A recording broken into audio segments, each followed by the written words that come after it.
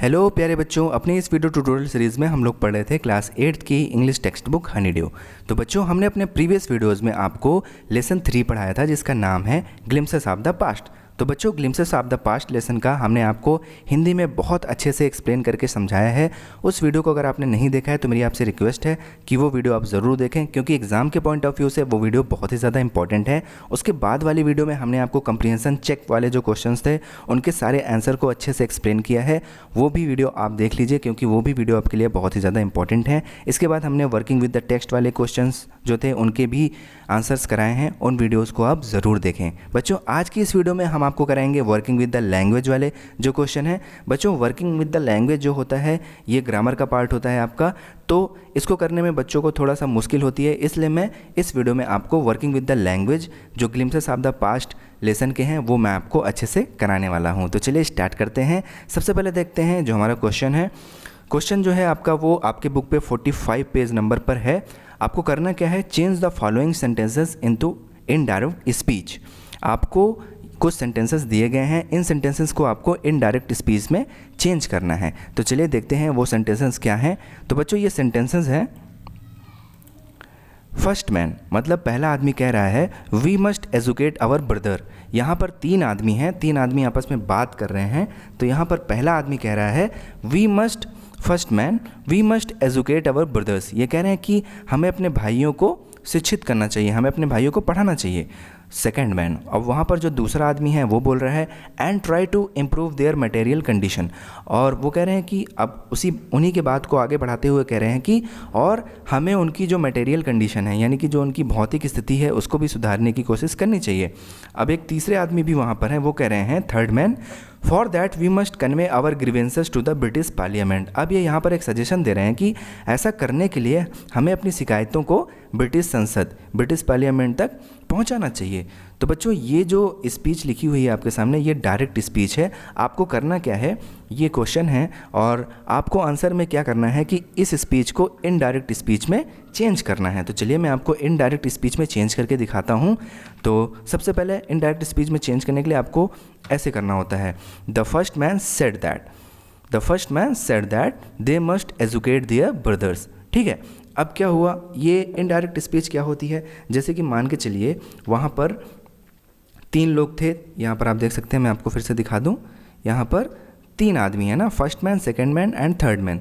तो ये तीनों आदमी आपस में बात कर रहे हैं। मान के चलिए मैं वहाँ पर हूँ, मैंने उनकी बातों को सुना। अब मैं किसी और को जाकर इनकी बातों को बताऊँगा तो कैसे बताऊँगा, इसी को बोलते हैं इनडायरेक्ट स्पीच। तो चलिए हम आपको अब करके दिखाते हैं। तो मैं मान के चलिए कि मैं अब आपको बता रहा हूँ इन लोगों के बारे में, तो मैं कैसे बताऊँगा, the first man said that, पहले आदमी ने कहा था, दैट यह कहा था, they must educate their brothers, उनको अपने भाइयों को एजुकेट करना चाहिए, उनको अपने भाइयों को शिक्षित करना चाहिए। और फिर उसके बाद मैं कैसे बताऊंगा आपको, the second man added that, जो दूसरा आदमी था उसने आगे जोड़ा और कहा, they should try to improve their material condition. ये कह रहे हैं कि उन्हें जो है उनकी परिस्थितियों को सुधारना चाहिए। उसके बाद थर्ड मैन सजेस्टेड दैट, जो तीसरा आदमी है वो सजेस्ट कर रहा है, वो सुझाव दे रहा है कि the third man suggested that they must convey their grievances to the British parliament. तो जो तीसरा आदमी है वो सजेशन दे रहा है कि उनको जो है अपनी जो शिकायतें हैं उसको ब्रिटिश पार्लियामेंट तक पहुंचानी चाहिए। तो बच्चों, इस तरीके से आपको इनडायरेक्ट स्पीच में चेंज करना होता है। ठीक, इसके बहुत सारे रूल्स होते हैं, उन रूल्स को हम आपको तब कराएंगे जब हम आपको ग्रामर पढ़ाएंगे। अभी ये आपके बुक में दिया हुआ है, तो इसको मैं ऐसे ही आपको समझा दे रहा हूँ ताकि आप इन एक्सरसाइज को प्रिपेयर कर लें। उसके बाद नेक्स्ट है पेज नंबर 45 पे ही कुछ और सेंटेंसेस दिए गए हैं, जैसे कि यहाँ पर देख सकते हैं फर्स्ट सोल्जर। अब यहाँ पर 3 सोल्जर हैं, वो आपस में बात कर रहे हैं, 3 सिपाही हैं, वो आपस में बात कर रहे हैं।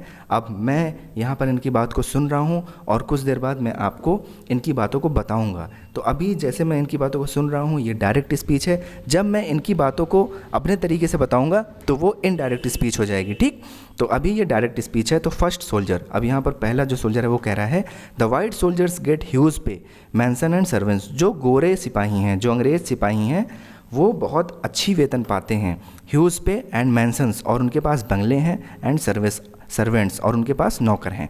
अब जो दूसरा सोल्जर उनके साथ खड़ा है वो कह रहा है, दूसरा सिपाही है, we get a pittance and slow promotion, हमें जो है बहुत कम बहुत ही तुच्छ वेतन दिया जाता है। पिटेंस का मतलब होता है बहुत कम या तुच्छ, एंड स्लो प्रमोशन, और हमारा जो प्रमोशन है वो भी बहुत स्लो होता है।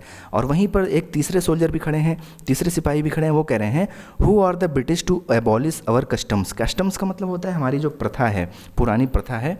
एबॉलिश का मतलब होता है ख़त्म करने वाले। तो जो तीसरे सिपाही हैं वो कह रहे हैं कि ये ब्रिटिश, ये अंग्रेज कौन होते हैं हमारे रीति रिवाजों को ख़त्म करने वाले। तो अब ये डायरेक्ट स्पीच थी, इसको अब इनडायरेक्ट स्पीच में बदलना है। तो इनडायरेक्ट स्पीच में मतलब हमने इनकी बातें सुनी, अब मैं आपको इनकी बातें बता रहा हूँ कि पहला सोल्जर कैसे बोल रहा था, दूसरा कैसे बोल रहा था, तीसरा कैसे बोल रहा था, तो मैं अपने तरीके से बताऊँगा। इसी को बोलते हैं इनडायरेक्ट स्पीच। अब मैं आपको करके दिखाता हूँ। तो अब देख लीजिए, the first soldier said that. अब मैं आपको बता रहा हूँ कि वहाँ पर जो पहला सोल्जर था वो कह रहा था, उसने कहा the white soldiers got huge pay mansion and servants. जो गोरे सिपाही हैं वो बहुत ही ज़्यादा अच्छी वेतन पाते हैं और उनके पास बंगले होते हैं और नौकर होते हैं। तो ये आपका अब इनडायरेक्ट स्पीच बदल गया, ठीक। और इसी तरीके से the second soldier remark that. अब जो दूसरा सोल्जर था उसने भी टिप्पणी किया, ठीक। उसने भी कहा कि the second soldier remark that they got a pittance and slow promotion. वो कह रहा है कि हमें जो है बहुत ही तुच्छ और बहुत ही धीमे प्रमोशन दिया जाता है, हमें बहुत ही कम वेतन दिया जाता है और हमारा जो प्रमोशन होता है वो भी बहुत कम होता है। अब थर्ड सोल्जर के बारे में मैं बता रहा हूँ। अब मतलब कि तीसरे सोल्जर ने कहा, तीसरे सिपाही ने कहा, द थर्ड सोल्जर आस्क्ड। तीसरे सिपाही ने पूछा, who is the British were to abolish their customs. ये ब्रिटिश कौन होते हैं, ये अंग्रेज कौन होते हैं जो उनकी रीति रिवाजों को एबॉलिश करें, यानी कि नष्ट करें, यानी कि ख़त्म करें।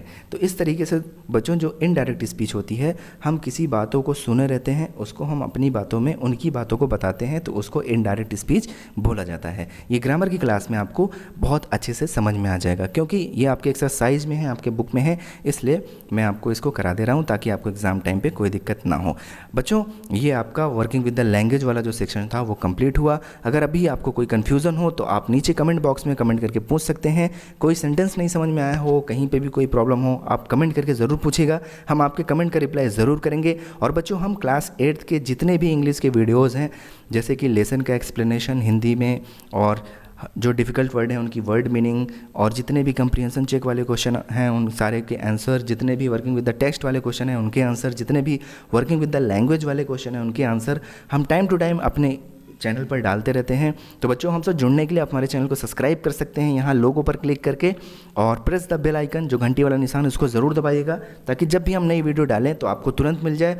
और अगर आप क्लास 8th की कंप्लीट इंग्लिश की वीडियो देखना चाहते हैं तो आप यहाँ जहाँ पर एरो इंडिकेट कर रहा है इसके सामने जो बॉक्स बना है, इस बॉक्स पर क्लिक करके क्लास 8th की सारी वीडियो आपको एक जगह पर मिल जाएगी। यहाँ पर आप सारी वीडियोज़ को देख सकते हैं, सारे लेसन का अच्छे से एक्सप्लेनेशन, जितनी भी पोएम है उनका एक्सप्लेनेशन, जितने भी क्वेश्चन आंसर हैं, सारा कुछ उनका सोल्यूशन आपको मिल जाएगा।